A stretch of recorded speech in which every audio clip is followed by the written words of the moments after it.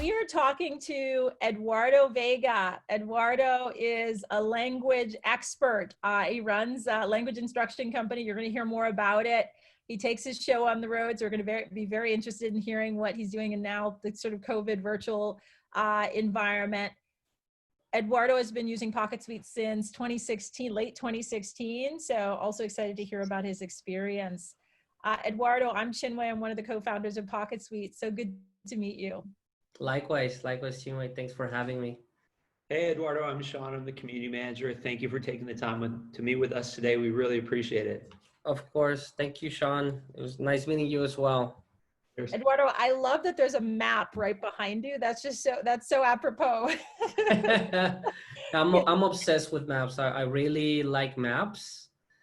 And there are maps all over my house. This map actually used to be at our language school. Now it's here in my home office. Well, I'm going to ask you more about maps because I have a funny story for you there. But can you share a little bit about what you do and tell us kind of how you got here? Sure. Well, long story short, from Colombia. I have lived in the US for 17 years. I recently moved to Tijuana about a year ago. Our school was founded in San Diego about 8 years ago, and that's where we used to have all of our operations. San Diego is right next to Tijuana, and just the proximity. So we're experiencing the best of both worlds with United States and Tijuana. And I'm obsessed with maps, culture, and languages. English is my second language, and I also had the chance to live in China, and I speak Mandarin, and I also speak a little bit of French. As far as what I do in my industry and our school, we teach Spanish as a second language to adults. And like I said, started very small, an ad on Craigslist. And we were just adding one student at the time. And 6 months later, we had enough people to support a small office. It was 100 square feet. And then I was there for 3 years. And after that, we moved to another location where we had 3 offices, and now there's 6 of us. But well, long story, we no longer have that office anymore due to COVID. We're doing everything online, so that's also part of the story. But I don't want to just this to be a complete monologue. So yeah, no, wow, 100 square feet, now six people. That's huge. And now virtual, so the world is your oyster. Now virtual. Yeah. Can you tell me, so you've been obsessed with maps, so what's that story? So you started very early obsessed with maps. Did you then pursue kind of the language instructor path, or did you have a moment where you decided to get off the path you were on and move to this path? Well, I don't know if there's a direct relationship. I really enjoy traveling a lot. So just looking at maps and fantasize of places that, I could go to explore and travel. It really fascinates me. And with, in terms of being on this path for language instructor or language director in this case, I went to university to study international business in San Diego State in San Diego. And we had to select a foreign language, and that's why I started learning Mandarin. After that, we had to do a study abroad.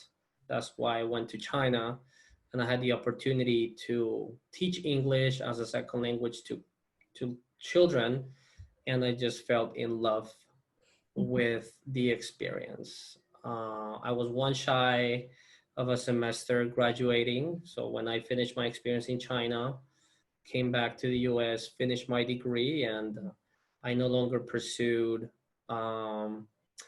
foreign trade or import export, I just decided to put an ad on Craigslist and follow my passion and just work my way up one student at a time. Wow. So one of the questions we like to ask is just the early days of being an entrepreneur. It's a place where a lot of folks never emerge from that to where you are today, right? They get stuck, or they decide to go back to working for someone else. What kept you going in those early days where, just one client, and 100 square feet? How did you keep it going? How did you pay the bills? What was the secret there? Well, there's no secret really. I think it's just perseverance, keeping a positive attitude. Also, when I was starting out, my girlfriend at the time, who's now my wife, she was paying the bills. So one student at a time, I started with one student at $25 an hour. And, long story short, I was able to amass 10 students in a period of 6 months. Wow. And it was a snowball effect. So it didn't pay the bills at the time, but it helped. And, you just have to do it, I guess. I really don't have an answer for it. It's just, you just do it, and that's it. You just do it. So Eduardo, Chinwe and I are trying to figure out what the secret sauce for entrepreneurs, why some people make it, why some people feel they can make it when others feel they can't.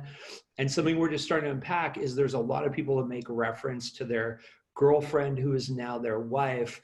How important was that in your process, having that person supporting you and reassuring you?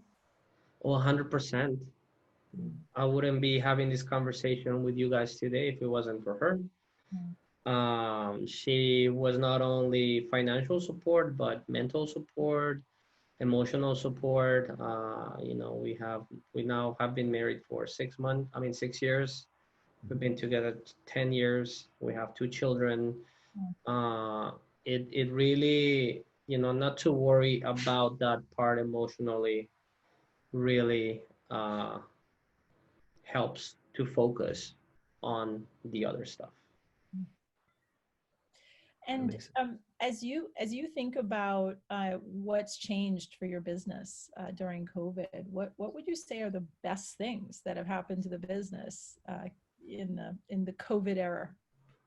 Well, yeah, there's definitely a lot of positive things happening. I mean, there's a lot of bad things, but that's I'm a person who always look at the glass being always half full. So we've been blessed with, thank God for internet. We're having this conversation, and in our business was a no-brainer to just switch or do the online. We had some students taking classes online, but it was a no-brainer. Our community was very supportive, and so that was pretty easy to do, and it's working well. There's a lot of other elements that we had that we are hoping to bring back at some point. We do a lot of immersion trips, social events, but all of that, it's out of the picture now. So we're just solely an online Spanish school right now. And when I first heard about the immersion trips, my first reaction was like, how do I sign up? To be able to learn language in country as a, tourist with somebody who kind of knows the lay of the land would be a dream.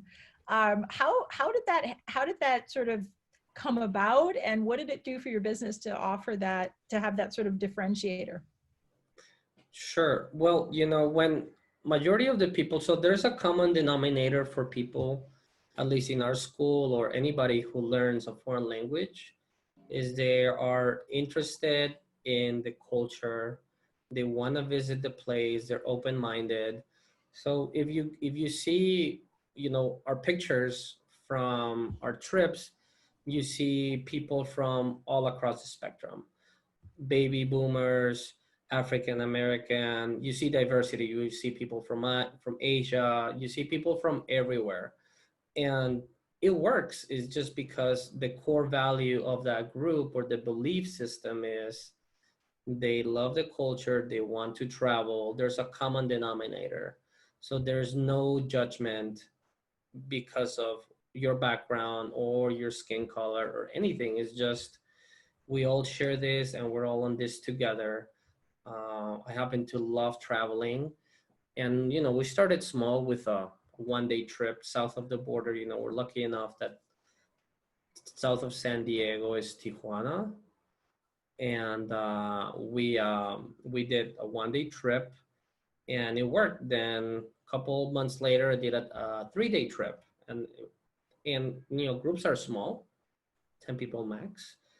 And it was great. People loved it and they wanted more. So we got to the point last year, we did 8 trips. We did 4 1-day trips, 2 3-day trips, and then 1 10-day trip to my home country in Colombia. Visited 4 different cities and another 1-week trip. So that became a major differentiator in our school and a big part of what we did. I have a question. I've been to some of the places you're talking about, and some of them are quite different. Tijuana to San Diego, quite different. Colombia, China. What are the nuances of doing business in these different markets, and what has that taught you? Are we more similar, or are there some quite poignant differences in operating between China and Colombia, America, and Mexico? Right. Great question, Sean. There's a lot more similarities between Asia and Latin America, just because society as a whole, or it's a collectivism society, versus in the US is more of like an individualistic mindset. So it's a lot more competitive. So it's definitely very different how to operate and interact. In the US is more straight to the point. In Asia or in Latin America, you first build relationships and then you talk business. So that's very, very different from my perspective and my experience that it has been with, what you're referring to.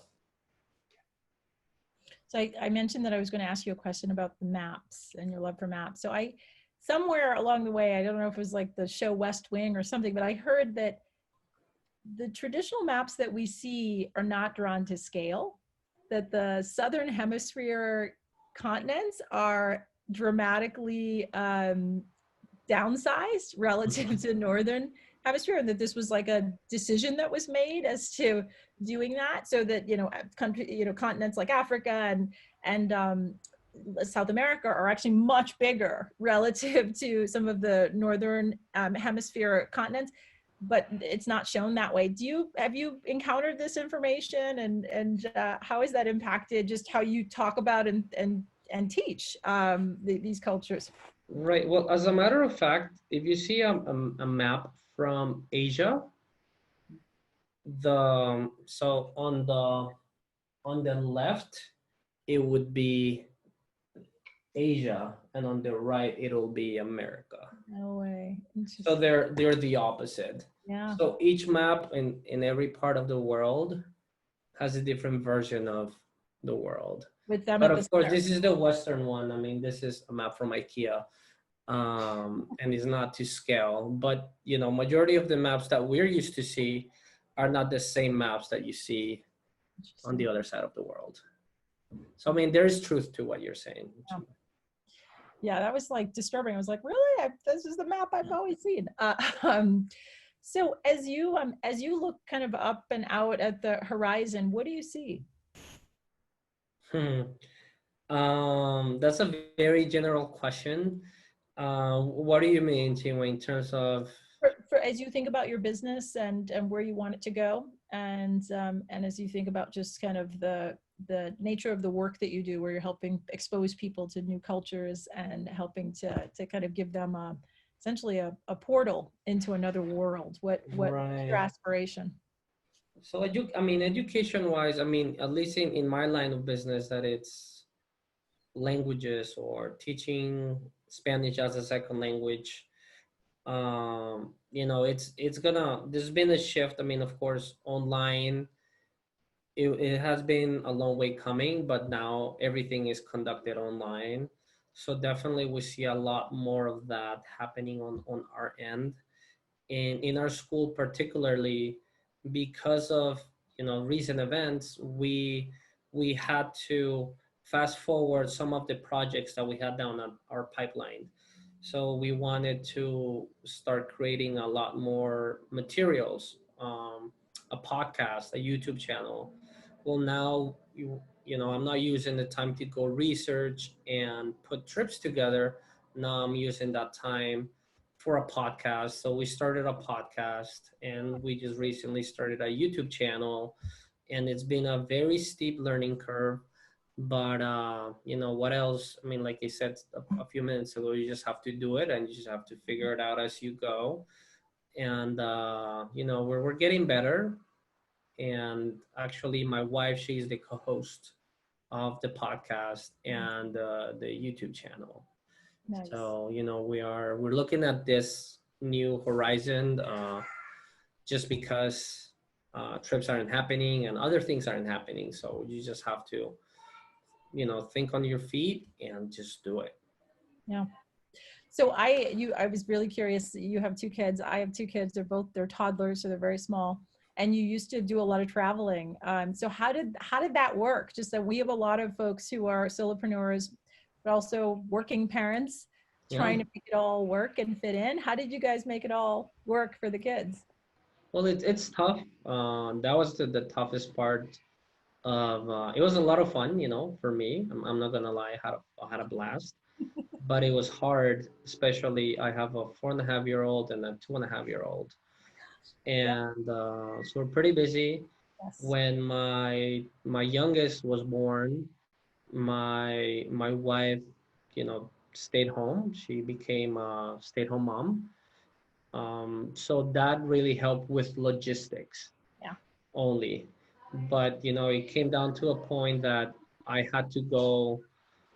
Last year I was away every month for X amount of days, and it came down to the point where my son would say, "You're leaving again?" And he was 3.5. Yeah. And so that took a toll, and that really was hurtful and painful. Yeah. But you know now this year was going to be even busier than last year in terms of traveling. But in a way, I am relieved that I'm not doing it. I mean, of course I miss it, and we had to cancel everything. We've the opportunity cost has been huge, but just being home and being with my family just given me a different outlook on how I would like to conduct my business and how I want to take it forward.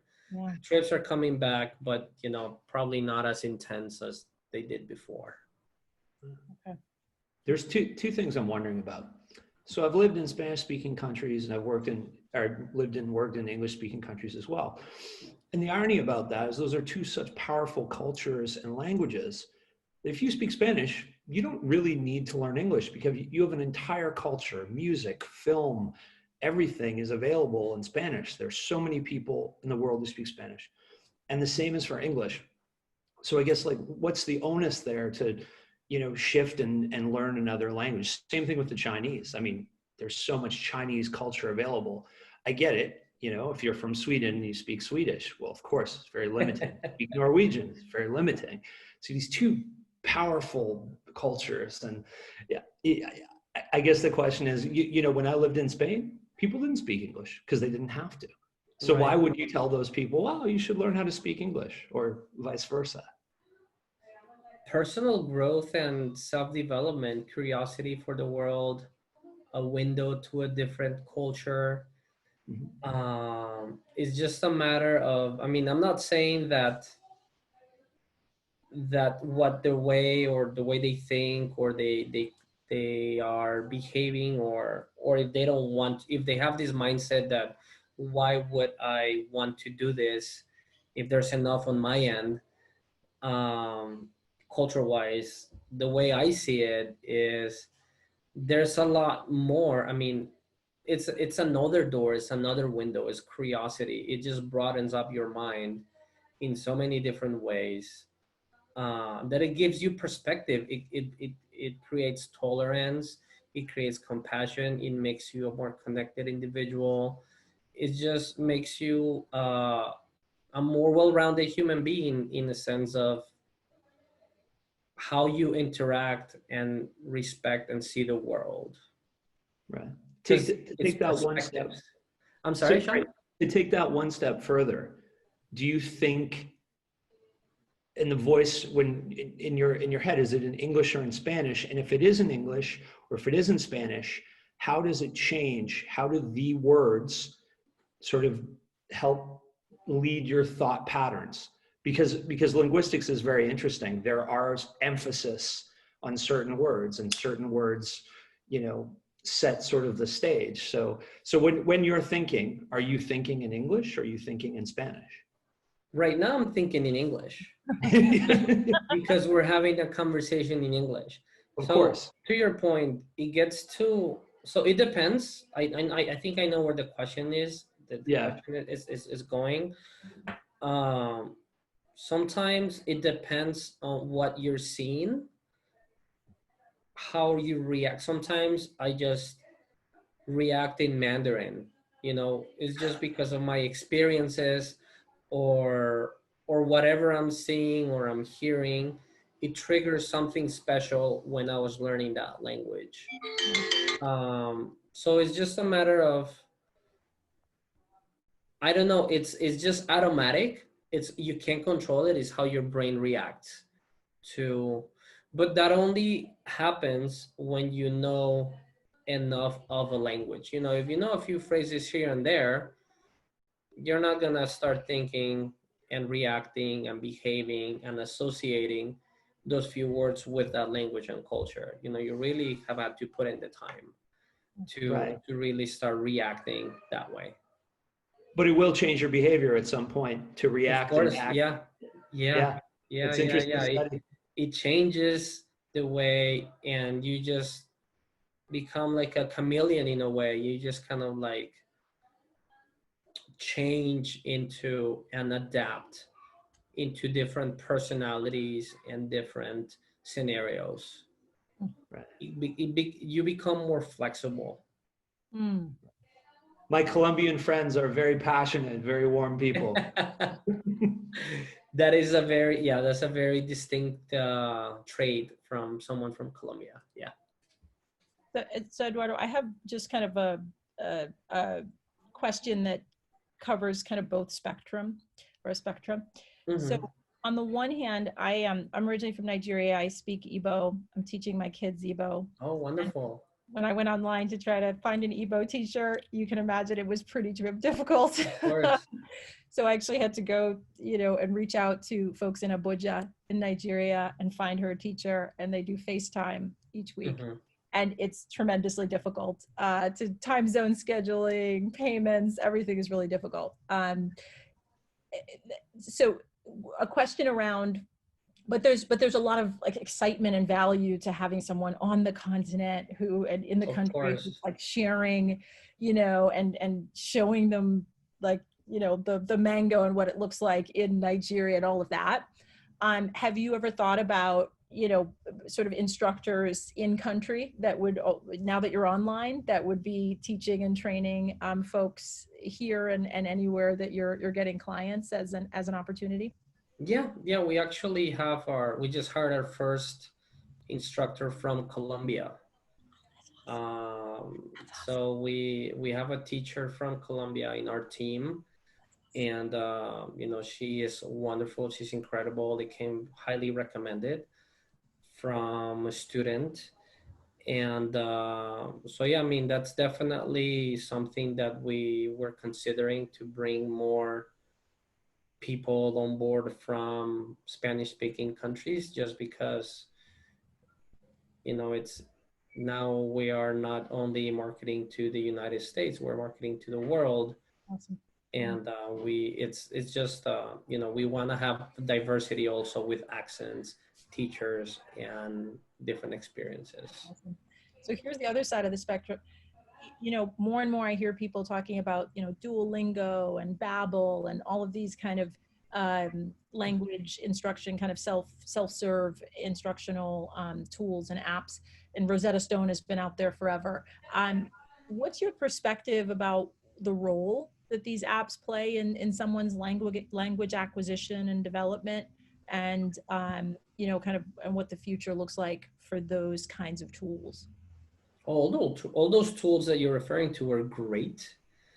You know, if you really want to acquire a foreign language, highly recommend to complement your class, your tutor, your conversational partner. Whatever method you're doing, you need to complement it with something else. So the way I see Duolingo, which I love, Rosetta Stone, I've completed 2 levels, not a biggest fan, but I've done it. Babbel is great. Hello Panda. I mean, you name them, there's a plethora of paid and free resources, podcasts, YouTube videos, websites that are complements to one's language learning journey. What I tell my students is, you know, you need to combine 3 or 4 of these resources into a well-balanced routine. I use the analogy of preparing for a marathon. That doesn't happen overnight. You need to eat well, you need to cut down on alcohol, you need to sleep 8 hours, you need to drink water, and you need to put in your runs. A short run, a long run, sprints, stretch, etc. It's the same thing for language learning. So one needs the other, and the one that you choose, it's not that one is better than the other, is the one that is working well for you at this particular moment. In 3 months, it may not be the same resource, but you know, the fundamental or the number one thing that would get people conversational in a language is human interaction and conversation, and making those mistakes and not being afraid of making those mistakes. And that can only get with another person. Right. Do you think you can only really learn a language by immersing yourself in a culture? I mean, look, I can listen to as much Tim Maia as I want, but I'm not going to be able to speak, you know, Brazilian or Colombian Spanish. I'm going to have to go there and see how people live and eat the food. And, you know, everybody says, well, you want to learn French? Well, maybe you should find a French girlfriend. You know what I'm saying? So, you know, how realistic is it to really pick up a language without there is diving into a culture? There's two parts to that question. Yeah. The short answer is no. Yeah. You can create your immersion environment without leaving your home. Hmm?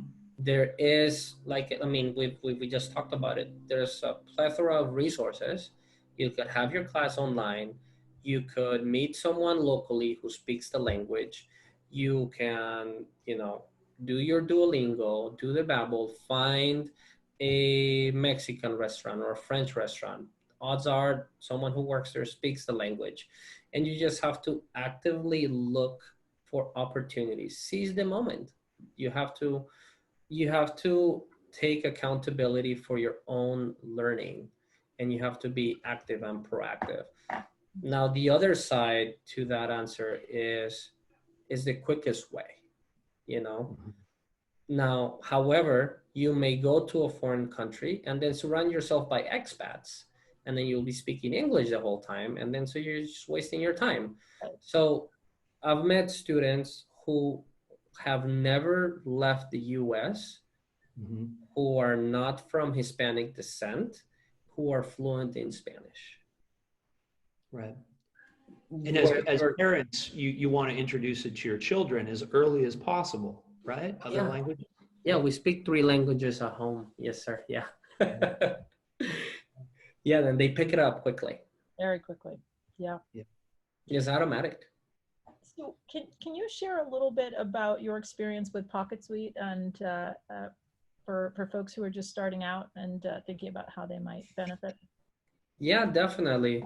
So yeah, I was trying to remember how and when I got started with PocketSuite. And yeah, it was 2016, so it's been 4 years. Of course, I love the app. It has improved by leaps and bounds since the very beginnings. I think at some point I got to talk to, I think it was Scott or Sam. Sam. Yes, thank you. Yeah, I talked to Sam on the, like Sam called me on the phone for getting some feedback, and I was like, oh, cool, all right.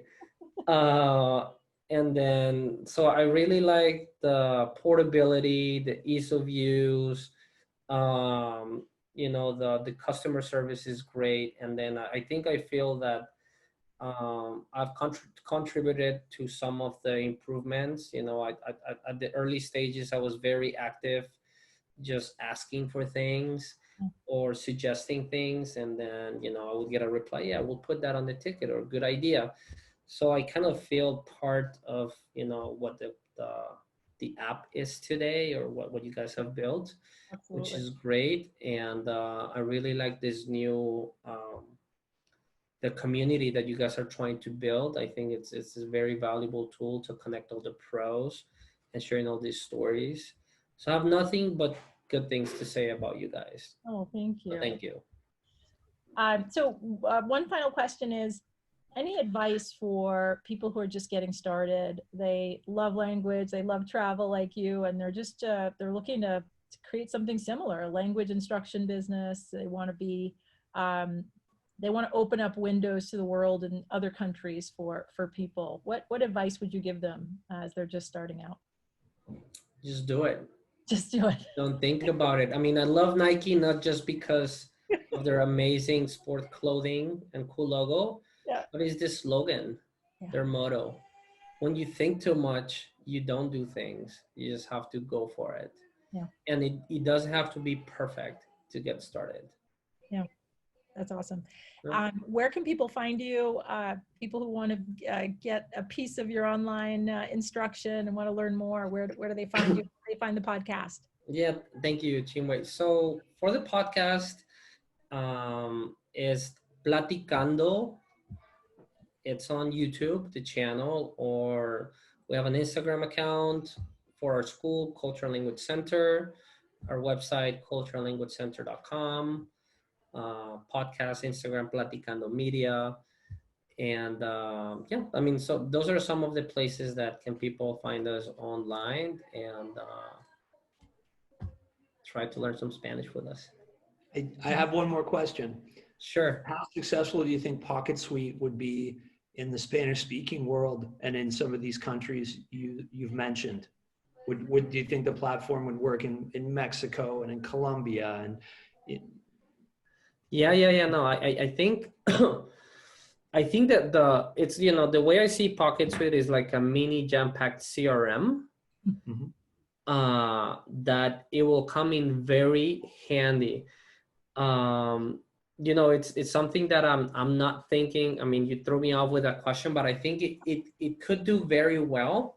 It's just a matter of how it gets positioned and how, I mean, of course there need to be some cultural tweaks, and there's got to be some tweaks to it, but the idea as a whole of having an app where you can schedule, text, charge, communicate, bundle, I mean, all the things that you can do at the tips of your fingertips, I think it could work all across the board, not only here in the US, but in Latin America. That is a huge market, 20 countries that speak Spanish as a first language, and even Asia. I mean, I'm not surprised if there isn't any something like PocketSuite on the other side of the world, but not as good as you guys.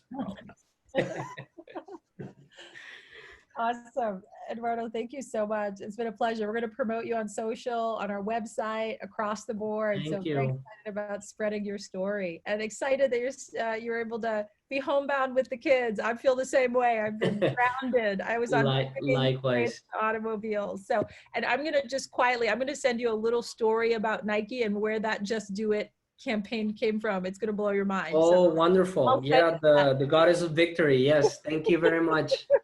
Yes. Thank you, sir. Excellent. Yeah, thank you so much, and thank you for your patience again. Not at all. And sorry for the missed calls last time. Not at You were all. worth waiting for. Exactly. Thank you, Sean. Thank you, guys. All right, you guys have a good one. Okay. Take care. Bye-bye. Bye.